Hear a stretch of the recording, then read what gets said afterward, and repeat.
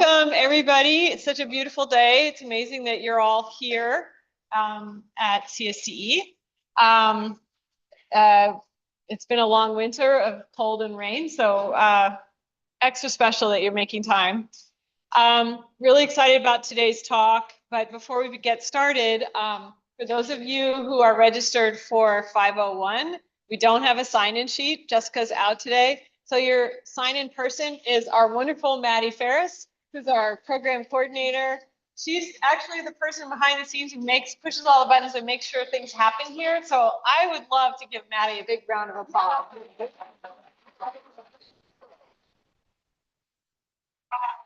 She makes things happen, and if she's around in 206, you can always come by and say hi to her. She loves to talk.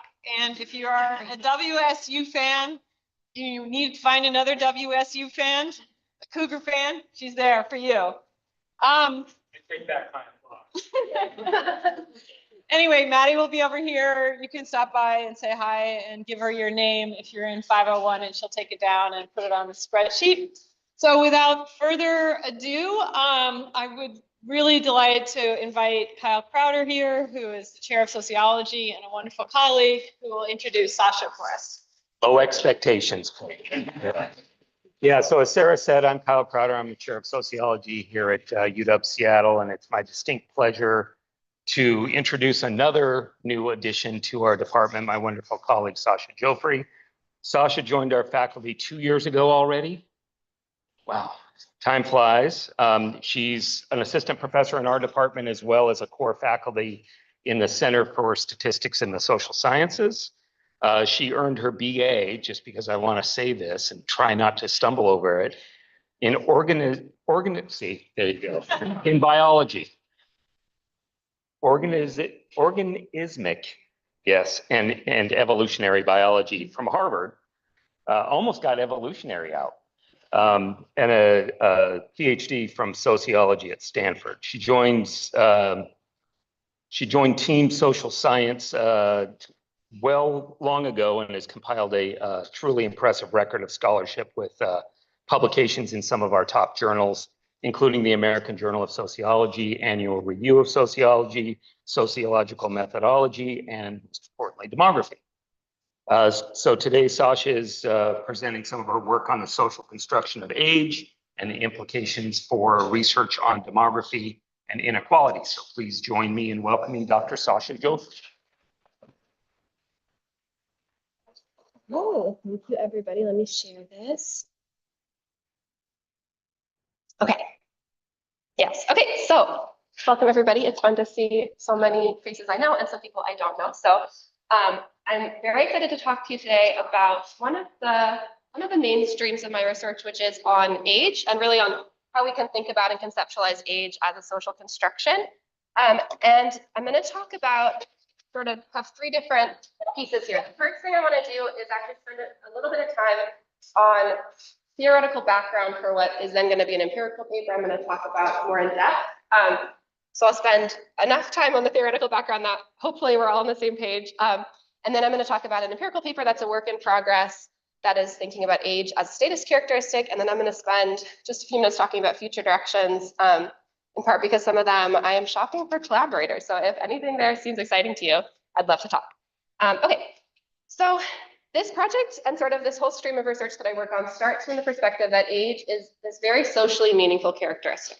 So when you meet a new person, you perceive all sorts of things about them, and age is one of them, that within half a second of meeting a person, you have at least a general sense of somebody's age.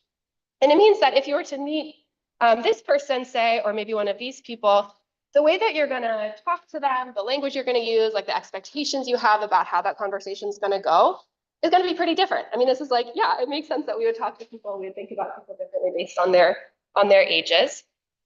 Beyond that, though, age really orders so many of the types of social and demographic processes that many of us study. So it orders individual experiences. This is, everybody who studies aging knows this obviously very clearly that at an individual level, age orders our experience and informs how we go about the world.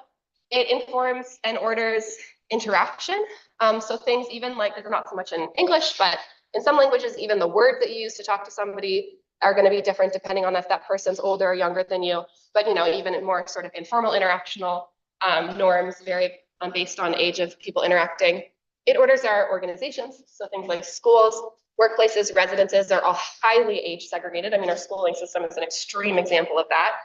It also orders our legal and civic system. So we have all sorts of rights, legal rights and responsibilities that have these lines drawn in the sand where if you're some chronological ages, you don't have access to it, and some chronological ages you do. So voting, being on juries, accessing Social Security, et cetera. There's a lot of different of age-based legal rights. And then finally, it orders population processes. I mean, that's what many of us here study, things like fertility, migration, mortality. Many of us think about age's role in that. And yet, I like to think that age is not the natural characteristic that I think a lot of us maybe take for granted as what it seems like at first glance. So the first thing here is that chronological age is really neither universal nor politically neutral. And this is a thing that I actually think demographers can talk about more precisely than a lot of people, because we know things like actually knowing somebody's chronological age is not always straightforward. Birth records vary a lot. Like if we want to know chronological age, we're sort of dependent on some big organization like the state telling us when somebody was born and tracking that. So it's not universal. It's also not politically neutral. That knowledge of chronological age gives people access to various rights and privileges, including things like if they're migrating, whether they're a minor or an adult is going to change then their experience of that of migration. So this is already like, okay, even chronological age maybe isn't quite so objective as we might think it is. A second point here is that age categories have changed over time and also vary a lot cross-culturally. So we can think about how the category childhood or child didn't really exist, at least in the West, until around the 17th century. Before that, children and adults were sort of seen as more or less the same, different sizes, but there wasn't that same divide of childhood and adulthood. Adolescence as a category emerged in the early 20th century. Old age also probably early 20th century, at least the way we know it now. And more recently, we've seen emergence of categories like the young old, which is not the oldest people, but not really sort of middle-aged, older than middle-aged. We have this sort of new category emerging. We also have emerging adulthood as a new social category of age emerging. So these are not just given to us. These are things that change over time. A fourth point of why I think age is not a natural characteristic is that age is both an input and an output of stratification. That basically we can think about age inequality. We can think about sort of the cultural meanings of age and variation based on age as both something that causes various inequality processes, but you can also think about it as a consequence of inequality processes. So what are the ways that we think about age, that we make sense of age, that even age seems real based on inequality processes? And finally, we know that age works in tandem with other axes of difference, so things like gender, race, to produce inequality. So these are sort of the main points that I hope are convincing you that age is not a natural characteristic and a social construction, and this is really where I start. But now the question is, okay, we can think about age as a social construction, but what does that mean? What do we do with it? How do we then study it? And this, I think, is especially important because in comparison to other big axes of social difference and inequality, we really have so much less, at least theoretical work on age as a social construction. So especially theory on gender and race, obviously we have decades of incredible scholarship that articulate all sorts of processes of that construction, how things work at multiple levels, what's actually going on here, how are these systems of inequality, how do these systems of difference relate to inequality, how are they all produced? We have so much on that, especially about race and gender, a little bit on some other systems, but really almost nothing on age, at least thought about it in the same way. Okay, so this was the project that I'm not going to spend much on, but I'm going to talk a little bit about because it helps inform the empirical piece that you may have heard me talk about before, but this is a solution that a co-author and I thought might help study age as a social construction, which is to think about age as multi-level and multi-dimensional. And that sounds super jargony, and I'm going to explain what I mean briefly because it's important for the empirical project. So what I mean here is age is multi-level in the way that gender scholars think of gender as multi-level. So this thing that operates at individual levels, at interactional levels, at organizational levels, cultural levels, that we can think about it as operating at, different micro macro levels of society. But it's also this thing that's multidimensional. And the word dimension here, I'm relying on the way that race scholars use the word dimension. Yeah, these are words that surprisingly people use level and dimension a lot of different ways, but level I'm using really from gender scholarship, dimension from race scholarship. And the point here is that the point of the multi-level piece of this is that we can think about different concepts and processes of age as operating at those multiple levels. So we think about the individual level of age. Concepts of age here would be like an individual person's chronological age, and also an individual person's physical age. If we think about something like cultural concept of age, we can think about things like age norms or age stereotypes, which are these things that people study. Basically, this was this framework that I thought was very helpful for corralling past literature on like age and aging and life course, and to understand how is all that literature, all that stuff that people are studying, how can we understand that together in terms of processes of social construction. But what is most important for the empirical piece I want to talk about then is if we think about this individual level concept of age, so what is a person's experience of age, a person's age, that then we can think about, or that what we argue is that a very productive way to think about an individual person's age is as multi-dimensional. Okay, so here's where this concept of dimension comes in, and this is really drawing on literature from the sociology of race that thinks about race as multi-dimensional. So thinks about things like people have their self-identity, maybe also what they check on a demographic form, their identification. They might have their racial phenotype, they might have racial ancestry, they might have what someone else perceives them as, and these are all sort of analytically distinct dimensions. We're basically applying that to thinking about age. This is a big table that probably is too much for you to look at and feel good about, but I'm just going to talk about a few dimensions specifically here. So the idea here is that we can think about age as this multidimensional construct and then think about, okay, what are the dimensions that then we could think about as analytically distinct? And in this annual review paper, we propose a starting set of dimensions that we think are ones that are probably relevant across a lot of different contexts. But what we talk about is we think probably depending on the context and the outcome you're interested in, the specific dimensions are going to vary. But what I mean by dimension is something like chronological age would be one dimension of age. And then within that, we could think about, okay, then how do we measure chronological age, or how have we measured chronological age? So we can measure it through things like a birth date, like, on a survey, like what day were you born, and then calculate chronological age. We can measure it through a question of how old are you? Someone types a number. There's research on how those two often aren't very well matched, and actually the mismatch there varies systematically across the population. So we can think about chronological age as a dimension, but we could also think about something like physical age as a dimension. This is probably going to also feel a little bit more familiar to people in this room because of the use of concepts of biological age within studies of population processes is a place where it's shown up a little bit more. But we could think about, various ways we could think about biological age, or really just like the age of a body as something related to the physical dimension of age. And finally, we could think about something like cultural consumption. This feels a little bit more out there, but I think it actually analytically feels very similar. And we could think about, okay, regardless of your chronological age, regardless of how old your body is or seems or acts, there's information in things like what are your aesthetic preferences, or what are the activities and interests that you engage in. And that variation across this is actually probably being used in various social processes and predictive of outcomes independent of chronological age. So something like, do you listen to the Beatles or Taylor Swift? Like that knowing information about that is probably going to be more important if you're, at a music festival, and there's going to be differentiation then, and maybe segregation in conversations related to people who are really into Taylor Swift and people who are really into the Beatles. That we probably actually, if we're interested in, how conversations segregate, that's probably more valuable for us to be tracking than how chronologically old somebody is, or maybe how physically old they are. Okay, so basically our point then from this initial project, this very theoretical project, was that we were arguing that employing different and multiple dimensions of age can then be really useful for empirical projects because it can increase empirical and theoretical precision. It's basically the idea that there's all these actually independent sources of variation out there.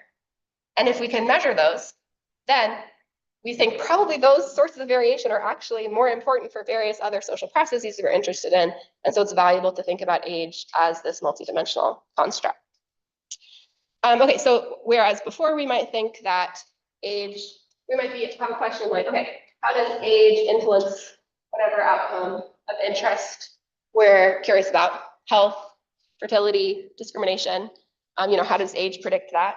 Taking a more constructivist standpoint, you might think, okay, how are these, mutually constructing each other?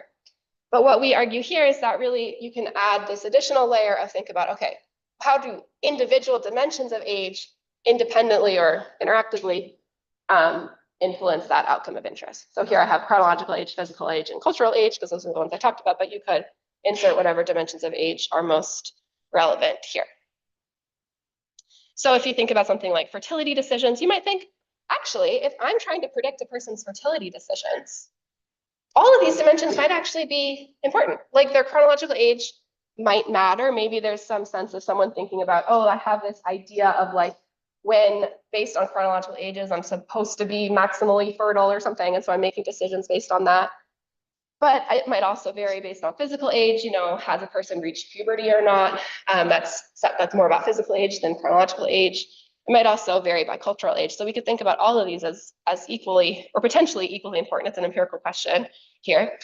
But then if we're interested in something like access to welfare, this is a case where my guess is chronological age is actually awfully important given how much welfare is structured around chronological age-based rights.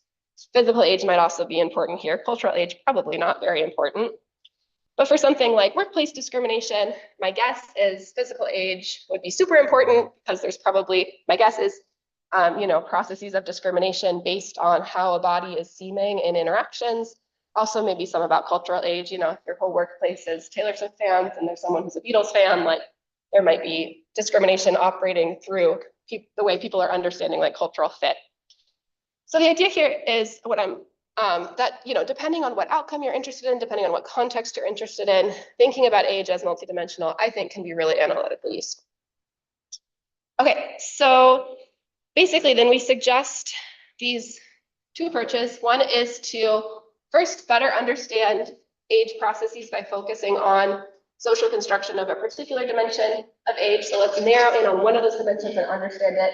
It's something that I've started to do a little bit in a paper about child-adult binary / advertising, my AJS paper there casually, not casually because I just mentioned it, but we can also think about how we can consider multiple dimensions of age as differentially involved in a particular outcome or process of interest. So we can either focus on individual dimensions and understand them, or we can focus on specific processes or outcomes and think about multiple dimensions simultaneously. And this is then what I'm doing in an empirical project that is an ongoing project that I want to talk with you about. And I'm really excited to hear your feedback on, which is thinking about age as a status characteristic. This is a project I actually started a while ago and has sort of like been stalled for various reasons, but we have some new findings I'm excited to tell you, and I'm excited to get it past the finish line. So it's a really good chance to hear your feedback on it. And it's in collaboration with a student at Stanford. Okay, so here we're interested so the specific outcome and process I'm interested in here is status. And by status, what I mean is the way that sociologist Cecilia Ridgway has thought about status, which is really this way that we structure society and make sense of people as more or less worthy of respect, of resources, et cetera. So it's this way that we put people on a hierarchy based on things related to importance and respect and worthiness. So yeah, I'm thinking about age and status. And so this has been looked at a little bit in the past, how we can think about age as it relates to status. So this is one paper that has looked at it that looks at, okay, let's try to understand how status varies across different ages. So what they did in this paper is they ran an experiment where they showed participants one of 3 different avatars. You can see them in the upper left here. And then also along with that had a sentence that said this participant is a white male, age, and then had 3 different ages that corresponded with in the way you would expect with the 3 avatars. And then they measure various outcomes related to status and warmth and competence and various other things. And what they find here is that across these 3 categories, that age status is U-shaped in the sense that the youngest people, the 16-year-olds with that middle younger face, and the oldest people, the 68-year-olds with that much older face, are seen as lower status. And the middle-aged people who are 35, which may or may not be middle-aged depending on your definitions, but those, they're the highest status. So, okay, this is useful. Even just that is useful information because it can inform things like, okay, when we think about processes of ageism, maybe we should think about, you know, things like discrimination against older adults, but also maybe we should think about discrimination against younger people. But what I really wanted to do is, okay, what happens if we expand that conceptualization of age out to multiple dimensions? What can we then learn about age as a status characteristic, or can we learn about age as a status characteristic if we do this?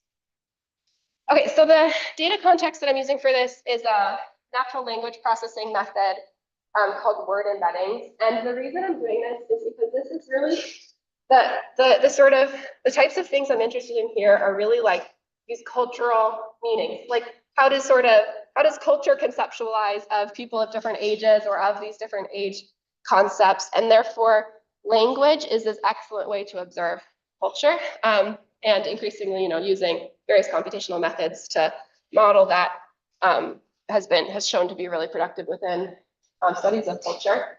Word embeddings. I'm actually just curious, how many of you have vaguely or more extensively worked with word embeddings before? Okay, cool, great. So I'll just explain a little bit about what they do. So what word embeddings do is they take large corpora of natural text, so something like, you know, everything on the internet measured, you know, scraped from a certain amount of time. And then they measure the likelihood of 2 words co-occurring, just, you know, being right next to each other, close together in a sentence. And then what they do is they build this projection where each word is modeled as a vector in a high-dimensional vector space. And the nice thing is the locations of those word vectors are constitutive of the word's meaning. So if 2 word vectors are very close together in space, they're more likely to have very similar meaning. And our way to think about that is they're very likely to be used like in the same place in a sentence. So something like have a good day, have a great day. Good and great are going to be very close together because they're likely to show up in very similar places in language. So it's nice because depending on where those vectors are in space, you can do all this sort of like understanding or try to understand what the words mean, and therefore the concepts behind the words, through linear algebra, like through the geometry of where these things are in space. So they're really fun because of that. So yeah, the main 2 ways they're used is if 2 words are very close together in that vector space, then they have very similar meanings. But the other really cool thing about these embedding models is that there's this like sort of the way that they structure in space also is constitutive of the meaning. So we have examples here where you have words like just comparative superlative words like strong, stronger, clear, soft, softer. What you can see is that the difference vectors between those 2 words are all in a similar direction. So it's nice because basically we can look at how close things are together in space, but also actually the differences between words and how those difference vectors are patterning in space as ways to understand like the concepts behind these words. So it's really fun. It will make more sense when I show results. But so that's word embeddings. And then I'm training these word embeddings on 2 different text corpora. So the first is something called the Corpus of Contemporary American English, which is a data set that is pretty intentionally constructed to have text examples from some spoken text, from newspaper articles, from academic articles, from TV, I think, and there's one other source, but it's nice. It's sort of, you can think about it as representative of like professional American English. So it's sort of a lot of like media and published, like books types of published text.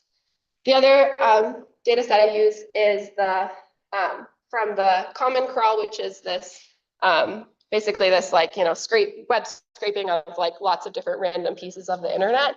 And as will become clear, the Common Crawl one, I'm using the the embedding models that were pre-trained across this framework. So I just didn't download them and then play with them. The purpose of Contemporary American English, we trained our own embedding models. So that I'll explain why, but it's so we could do some pre-processing of the text first.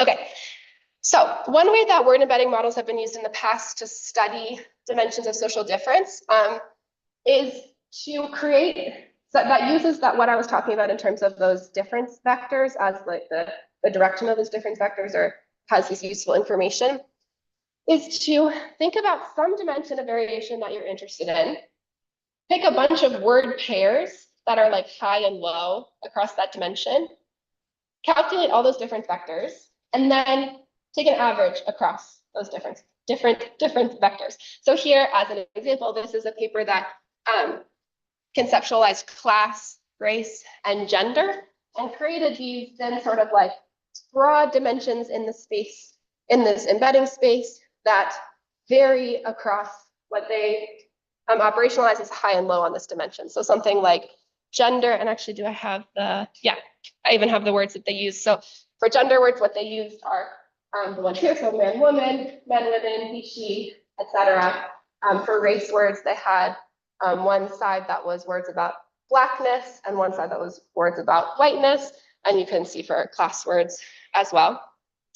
The nice thing about this is, so then you take all these different word pairs, you say, okay, what is man minus woman in the space, and men minus women in the space, etc. And then what's the average of all of those? And then you get this dimension in the space that like is probably constitutive of the dimension across these word pairs. And then what you can do is you can take other words within that space and see how that other vector is related to that dimension. So what they do in this paper is they say, okay, so we have this dimension of class for rich and poor, and then we can look at things like how have different leisure activities, how are different leisure activities associated with class? So something like tennis is seen as closer to the higher class end of this dimension, something like boxing is closer to, boxing is closer to the poor side of this dimension. And this is nice because it's giving us information about how these words are associated with class. You can also do things like look over time, then how these things change, etc. There's all sorts of fun stuff you can do here. Okay, so that is a paper that looked at race, gender, and class. What I'm hoping you're already thinking about is, oh, good to know. Okay, I will stay closer. What I hope you're already thinking about is the operationalization here then really depends on what the specific word pairs you choose are. And because this method is like, in general, with so many natural language processing methods, there's not like years and years of best practices out there. So people kind of are just like doing their best, kind of making things up and trying to make good decisions. But like, you know, it's up to us as readers to decide if we agree with them. Okay, but let's say we just wanted to do the same thing, but apply this to age. So I think reasonable age words that we could pick for that would just be words related to youngness and oldness. And let's see what we can do if we think about age as a dimension within this embedding space. So what we do, as I described, is we take all these vectors of young and old, take the difference vector between them, we do that across all those, and then we average it, and then we have this dimension of age here, this sort of broad sense of age in the space. Okay, then, so now we're thinking about just age as a single dimension. But I said we're interested in status. So then what we're gonna do basically is take, instead of, you know, picking words related to hobbies or whatever else that we could see here, let's specifically look at words related to status, because that's what I'm interested in, is how is status related to these dimensions. And I operationalize status here in two different ways. One is through words that are sort of more like, I think, more directly related to the concept of status that I described at the beginning. So things related to respect, value, importance. So you can see those words there, which I actually have as word pairs, but we can look at each word sort of separately and how they project onto the age dimension. I also then, as a comparison, look at words related to warmth and competence. For people familiar with more of the like social psych work on status, warmth and competence are these two pretty consistent concepts associated with status in the sense that social groups that are seen as higher status are often seen as more competent, and that competence is then very predictive of things like various interactional processes. So things like if you're in a meeting, who's gonna get to be the leader? Is the people with higher status, but also because those people are assumed to be more competent in that context. Okay, so then what we do is we have this age dimension that we just constructed, which was just the young words and the old words. And then what we can do is we can project those status related words onto that dimension and see how they pattern. So here we can see that, and the colors are maybe a little bit hard to see, but those low status words are in blue and the high status words are in orange. These are like the respect, worthiness, important type of words. And what we can see is that overall, it looks like, there's basically more orange words on the older side and more blue words on the younger side. These are in those two data sets that I talked about. We can also look at those warmth and competence words. Here it's a little bit messier, but especially in that first data set, the words more associated with competence are also on the younger side here.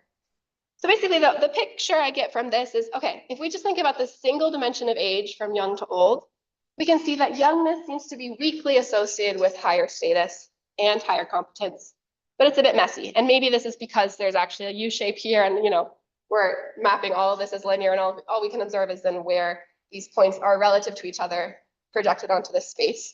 But even this, it's like, okay, first of all, it's performing how we probably more or less would expect. Second of all, it's telling us something. But as promised, what I really want to do is think about what happens if we think about age as more than just that one dimension, but what if we try to operationalize age across multiple dimensions in this embedding space? Okay, so then what we do here is we started from this typology that we have in that review paper. The typology here is mostly based on the way that age has been measured in surveys. So it's most of the citations here are survey instruments that measure age across one of these dimensions. But let's say, okay, can we take these dimensions that we came up with and named and try to operationalize them in this extremely different data context in these word embeddings, but can we try to operationalize them there?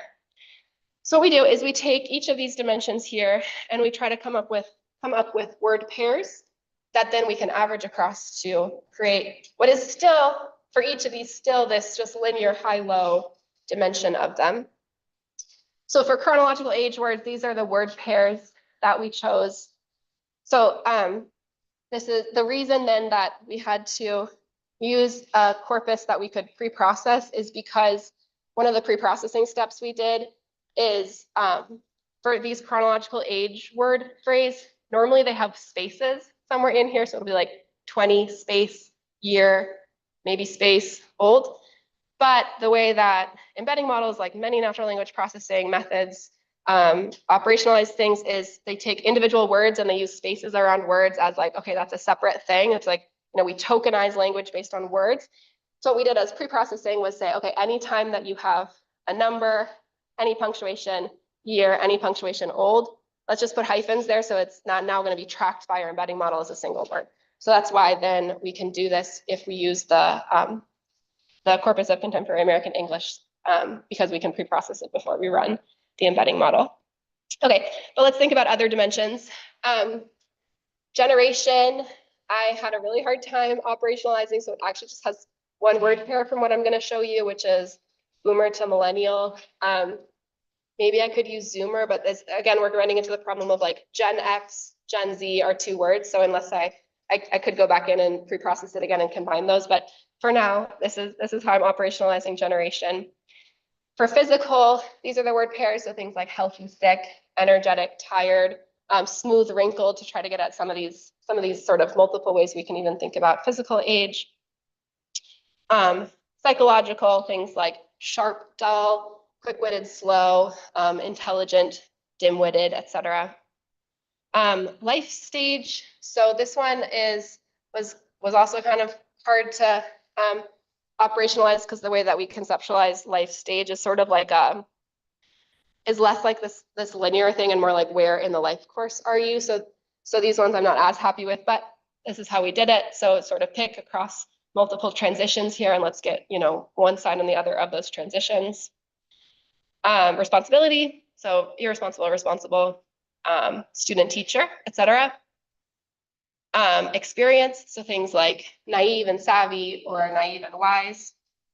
And finally, cultural consumption, so things like progressive, traditional, trendy, classic, etc. Okay, so I hope that you all have opinions about how I operationalize these, because these are the words that we came up with. But if you do have thoughts about them, I'd love to hear them, because it's an example of like, we're like, we don't know how to operationalize these, but this is sort of the way we came up with. But this is obviously not the only way one could do it. Okay, so now what we can do is we can say, okay, we have these 8 different dimensions of age as we've operationalized them in our embedding space. And now we can say, okay, across all these different dimensions, what does it look like when we project those status words onto them? So this is for the Corpus of Contemporary American English. And what I think is pretty cool here is some of them, basically it's hard to see what's going on, but I want to just focus on a few that I think are that pattern much more clearly. So we can see that for the way that we've operationalized physical age, the high status words are on the young side and the low status words are on the old side. But the way that we've operationalized responsibility age and experience age, the high status words are on the old side and the low status words are on the young side. So basically these are, the way that status is associating with these dimensions are actually in the complete opposite direction from each other. So this is just the same analysis, but using that alternative data set of Common Crawl, and we now can't do chronological age because of, as I described. And here actually we see even a little bit more effects. This is a much bigger data set, so probably that's part of why it's just the results here are a little bit cleaner. But we can see that for here now we have these operationalizations of generation age, physical age, psychological age, and cultural age, where the higher status side is the younger people, whereas responsibility and experience, the higher status side is the older people. Okay, we can also then do this. So this is already like, okay, this is for me, I'm like, this is a little intriguing. Okay, now what happens if we look at those warmth and competence words? It's sort of another way to operationalize status. And here what we see is the specific dimensions that then are sort of more clearly patterned are a little bit different, but overall it tells a similar story in that responsibility and experience dimensions of age are like the older ages are associated with status, whereas here for chronological age and physical age, the higher competence words are on the younger side. And this is for the Common Crawl. So here we have generation age, physical age, and cultural age, that we see the higher competence words patterning on the young side, whereas responsibility age and experience age, we see the higher competence words on the older side.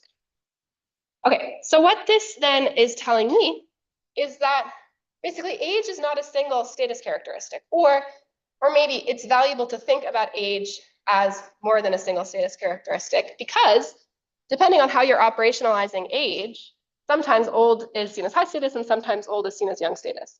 Young is seen as high status, which this I hope at some level you're like, duh, like, yeah, we know that like at work, like, yeah, if you're really wise and experienced, like that's seen as a good thing.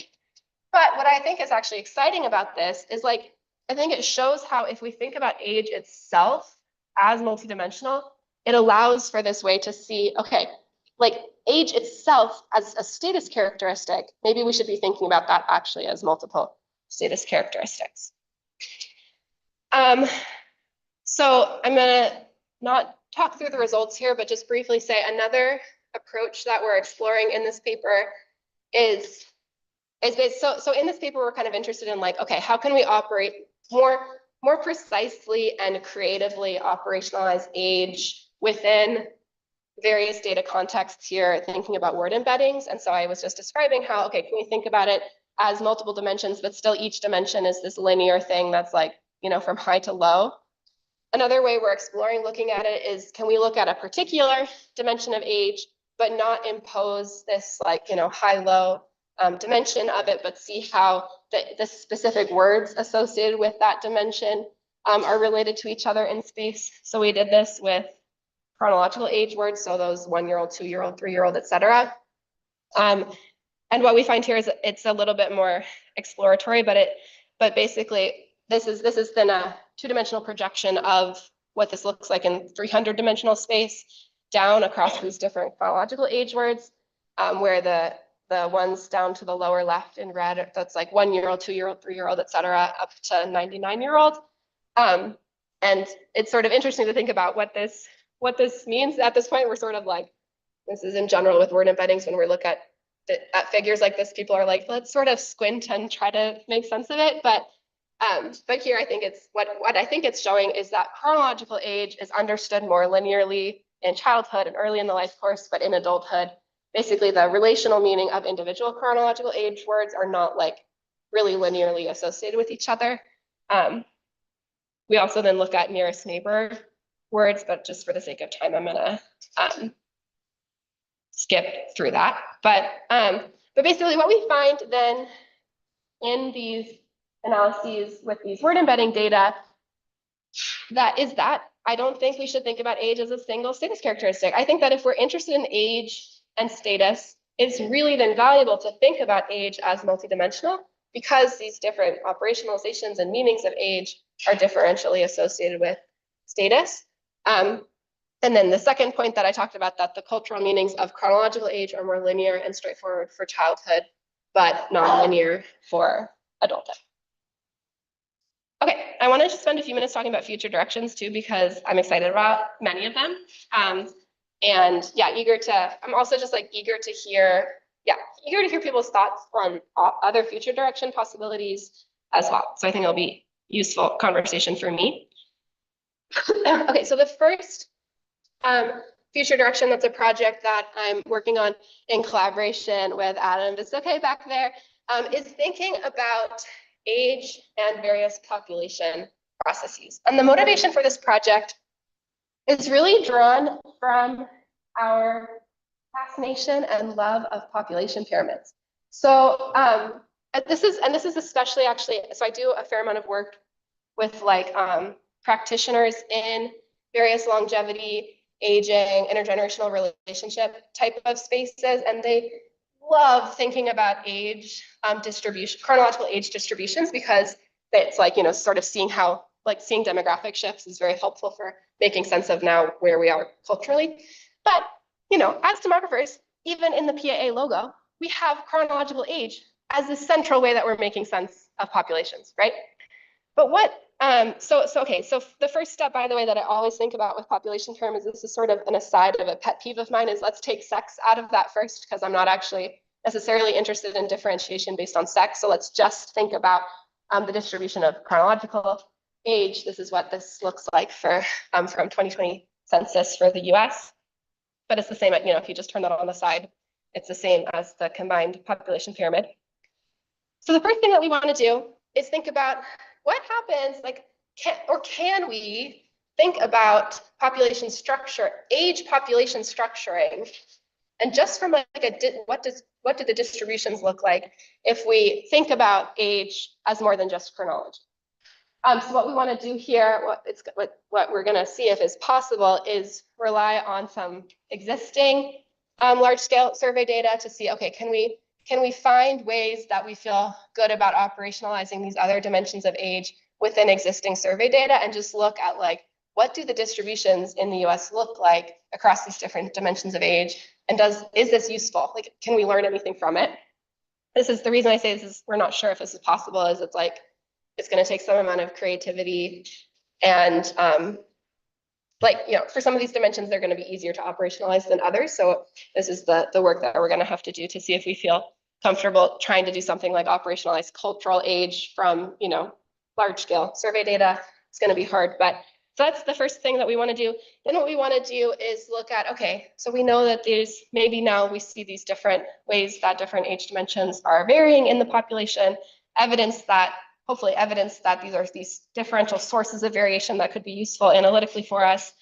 And then let's say, okay, let's pick a few outcomes that we're interested in, maybe a discrimination outcome, maybe a health outcome, and say, how do those then different dimensions of age, as we've operationalized them, independently and interactively predict those outcomes, to try to get this better sense of, okay, so in that theory paper, I said, I'm claiming that I think that these different dimensions of age, that tracking them differentially is going to be useful for explaining outcomes. In the paper, the word embedding paper I described, I'm doing that for status, but can we think about that for more outcomes of interest, and especially ones that are of interest to demographers? Okay, so that's one paper that I'm working on. Another one, this is one that if you're excited about, I'd love to talk with you, is that feels a little bit different, but I think is one I'm excited about, is to continue thinking about the child-adult binary. And this is actually a project that I actually started, not that I wasn't putting it under like the stream of research that I'm doing based on age. I was actually thinking about it in the other main part of my research, which is about the way that we conceptualize nature and naturalness. So within the context of that, I started this interview project where I was talking to youth outdoor educators, program leaders for youth. What? Yes, thank you. Youth outdoor education program leaders, and asking them like sort of why do we need to get kids into nature, to try to understand how people were thinking about nature and naturalness. But what was really interesting to me was actually how much people were like, children just like, they need to be out in nature. Like for kids to be kids, they need to be in nature. And then sort of with my eye on that from an age perspective, I was like, what is it about kids here? And like, what is going on here? What can we learn about the way that we're conceptualizing childhood through the way that we think about their, the need for them to be, out in the great outdoors. This comes from a parent who, like, I would love my kid to be in a forest preschool if we could get in. So I'm definitely potentially part of this, but I'm also skeptical of it. Okay, but the third direction that I'm excited about thinking about is thinking about a similar framework of multidimensionality, but thinking about it beyond just age. So I talked about how this framework on age is really drawing on similar perspectives from sociology of race, but at risk of feeling like I have this hammer that to me makes so much sense and I want to apply it to everything, I'm curious about what analytical leverage we can get to applying a similar framework to other systems of difference. So things like gender, body size, disability, or class. Basically, what happens if we think about those systems or characteristics as actually this multidimensional set of characteristics. Okay, yeah, and that's all I have. I'm very excited to hear any questions.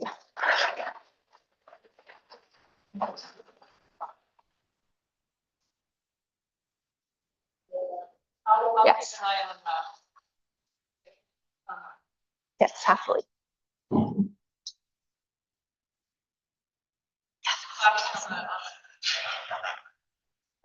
Thanks very much for this talk. Really hearing about and I know you're saying that you're interested, I guess two parts. I know you're saying you're interested in thinking about this other dimension of difference, and I was wondering what the opportunities are, the methods you were using for mapping these different forms of different, or these different dimensions of age against these other forms of difference. So something like gender, something more dimensional, how do these different status markers vary by dimension of age, by gender, or by race, or by function. Yeah. Whatever. And then also about opportunities for mapping across time. So thinking about status, maybe I mentioned age around wealth. That probably varies by race and gender and class, but also over time we will associate wealth. Do I need to repeat the question for online people? Probably would be helpful. Okay, so the question, there's two questions. One is thinking about how we're operationalizing multiple dimensions of age, especially within these embedding spaces. First, how do we think about it, how it intersects with other systems of difference? And second, can we think about it over time with this excellent idea about thinking about wealth as what happens if we think about that as a dimension of age? Okay, the first part, thinking about how it intersects with other systems of difference or status characteristics, I think is an excellent idea, would totally be possible within this framework. And it's actually something that let's see if I can go back to it. That other paper that I mentioned that looks at class, race, and gender, they do that at least a little bit. They see like, okay, how do things pattern across at least, two of these at once? I think that to do that in a way that I would feel really great about. I would want to also conceptualize those as multidimensional, but I think actually like this is, for me, this is sort of like one of the potentials of seeing age as multidimensional is I think it makes it easier to do that type of analysis. Because instead of thinking about like, okay, how do we think about young, old, and black, white? We think about like, what if we think about how do we think about, you know, sick and like healthy and frail, and you know, skin color or something like that. Like if we split it into subdimensions, I think it just like gives so much more analytical clarity to intersectional analyses. And I think actually that's something that we could totally do here. We're not right now, so I don't have, but it's a great idea. And yeah, this, I mean, it'd be very doable in embedding spaces, but it would also be doable within a survey context. Just, you know, if you're measuring at an individual level, people's locations across these multiple dimensions of age, maybe multiple dimensions of race or gender, seeing, you know, even just like how they're associating with each other, I think that you would probably learn a lot about. So great idea. The second question about over time is also an excellent idea. We tried actually to look at whether things are changing over time. So the Corpus of Contemporary American English has a like sibling corpus called the Corpus of Historical American English. That at least some of the analysis I'm presenting here, we tried running through this corpus of text that was like, you know, based on decades from American history, and basically weren't really finding any difference that was making sense to us. But we didn't run all of these across all those things. So it was sort of an earlier, this project ended up being pretty exploratory and it was like an earlier stage. And I was like, let's just forget about the historical analyses and focus on the contemporary ones. But I think especially with I think part of the problem was we didn't have as much a specific question like the one that you were presenting in mind. And so I think like with that type of question, it'd be totally great to look at like, yeah, how, like if there's a specific dimension you're interested in and you have a hunch about maybe it's changing in meaning over time, like, yeah, measuring that, either changing in how you're measuring that dimension over time or trying to operationalize it in the same way and see how it's changing over time, what, you know, the location of how like status words are projecting onto it would be, yeah, it's a great idea that I think would totally fit with this. Yeah, thank you. Courtney, and then Juan, and then Drew. Thank you. So I'm thinking about one of the ways that our currently approaches age, which is really big on activity. Yeah. Yeah. Obviously, I already have a lot of multiple dependent on it. Yeah. When you read that word, given what you're doing, what are your thoughts on how we complicate those dimensions that people are already using? Yeah, great question. Okay, so I think this is a great example of how, like, if you're thinking about age as multidimensional and then you have a specific context in mind, I think it can help make sense of things. Because this is so like something like economic activity, I think could totally be conceptualized as a dimension of age, like, you know, whether you're working or not, or, and we have that a little bit in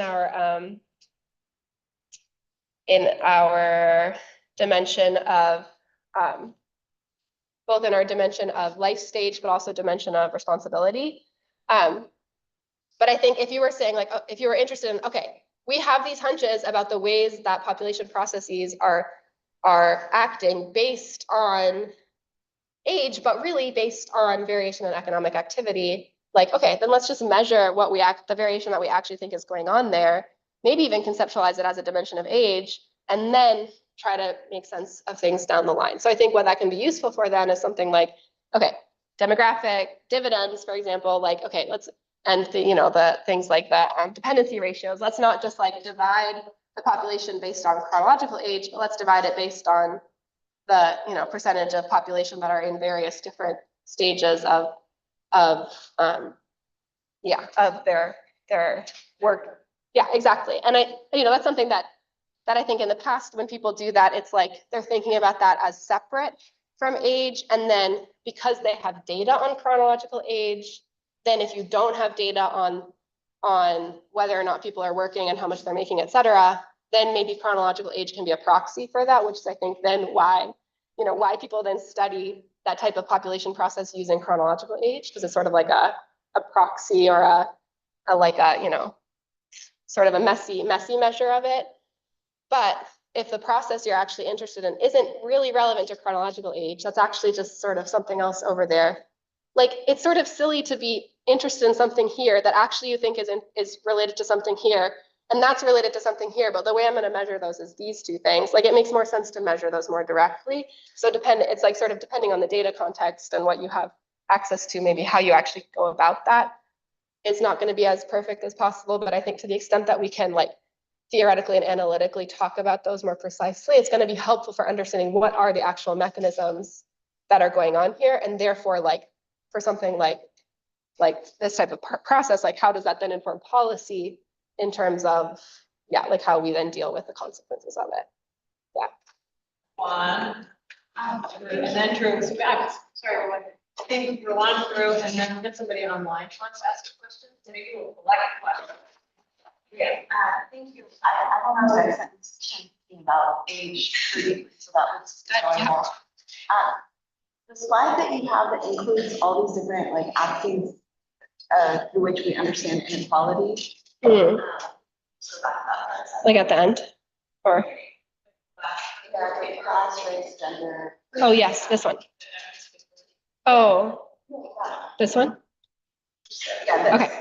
So I was looking at that and I was thinking, I like the proposal, but then I thought to myself, I think the difference here with age is that we imagine that that people who are 5 will become 6, and then people who are 6 will become 10, and people who are 10 will become 15. Yeah. And so I wonder how time, as others have brought up, might be an intervening variable that actually makes age different when you're interested in studying status. Yeah. Totally. Yes. We can't just throw it into the mix the same way. Should I respond or do you want me to collect Let's questions? collect through. I had a question about cohorts, which is similar idea. Great. Yes. Excellent question. Hi, my comment is going to directly build on this question of time. Okay. And so first of all, I think wonderful. I really enjoyed it. So, yeah, I wonder if a latent concept in your project is time, and if in fact you're engaging in social construction of time, and that's your analytical kind of contribution here, because time is one of the most naturalized concepts. Yeah. Like, Yeah. right, we go back to Marx's kind of labor ages people, use their time, allocates time, processes. Yeah. Clocks.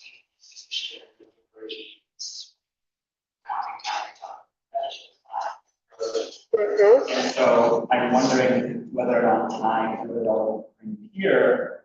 When I'm thinking about that actually in terms of critiques in terms of sex and gender, Mhm. if you're doing things on sex, gender, is age. Yeah. Talk about the ways in which time is different. Yes. Yes.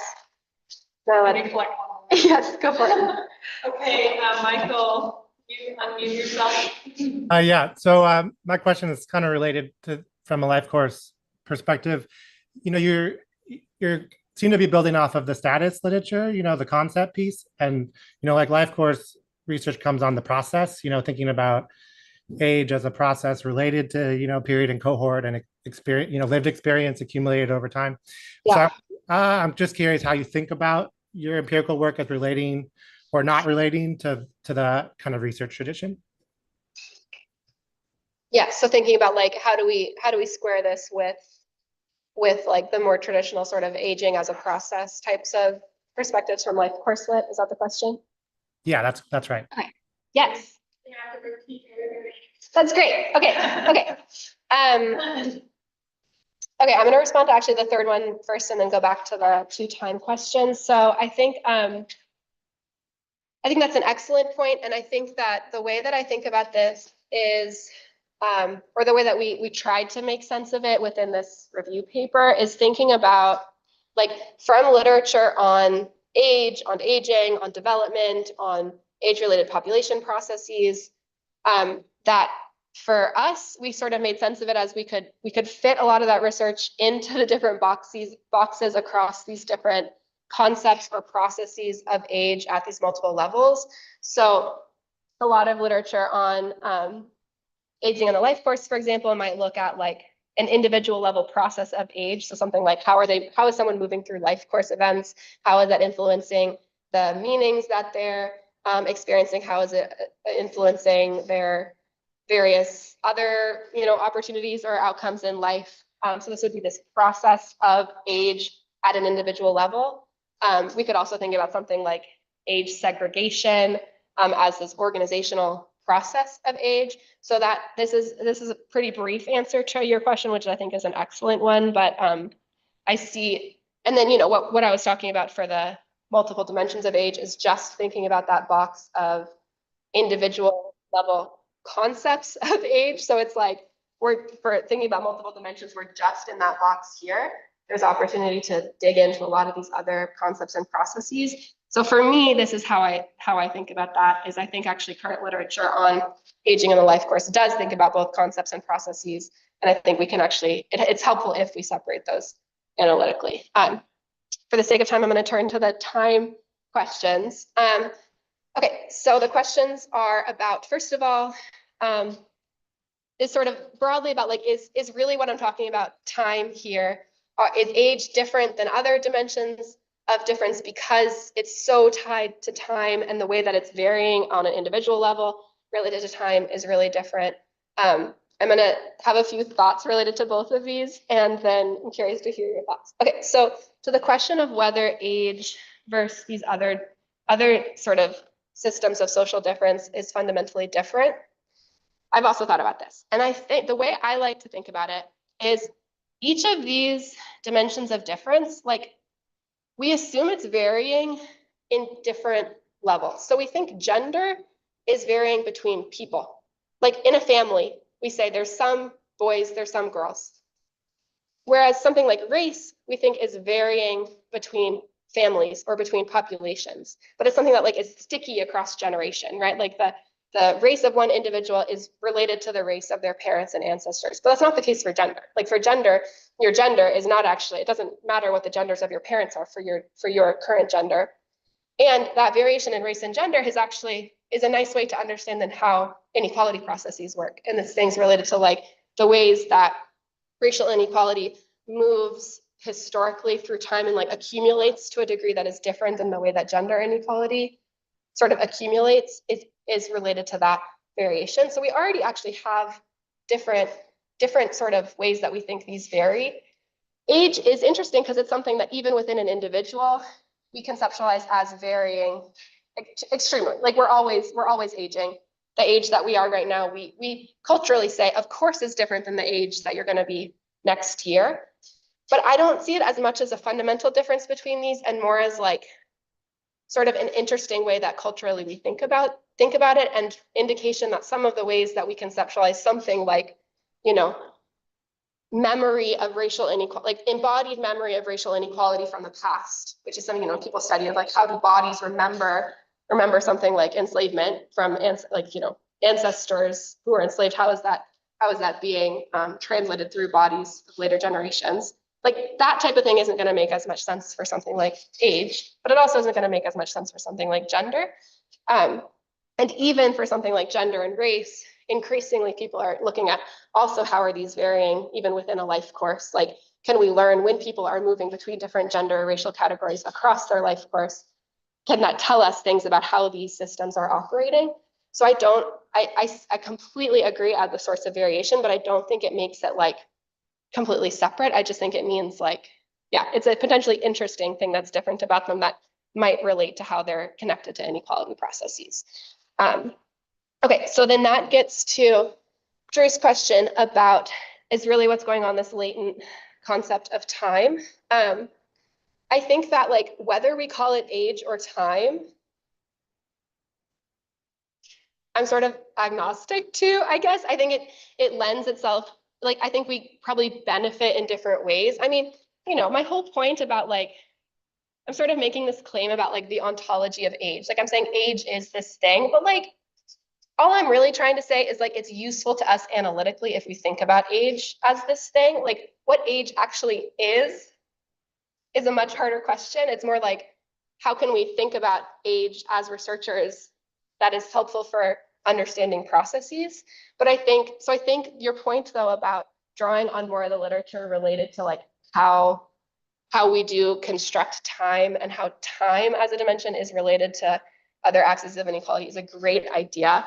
And it gets me, the other point that you raised that I've thought a lot about is that you talked about in terms of this like sex gender distinction, and is this similar to like a chronological age and sort of more like social age distinction?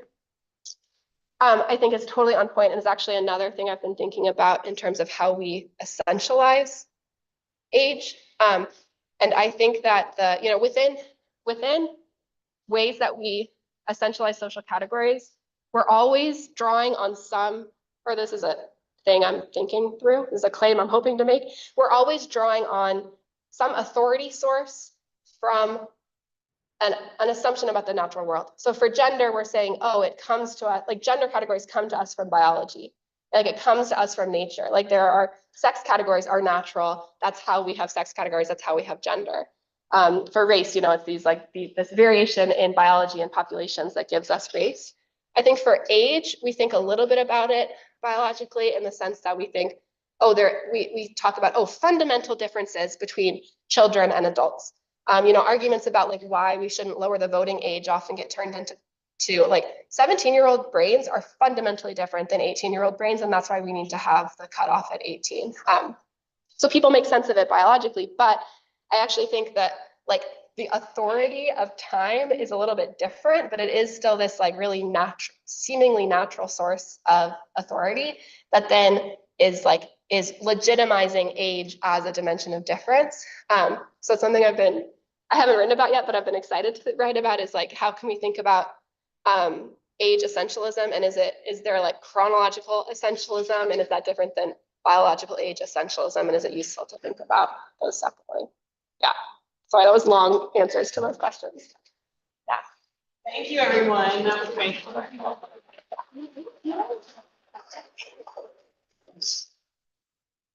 Here for those who want to follow. Yeah.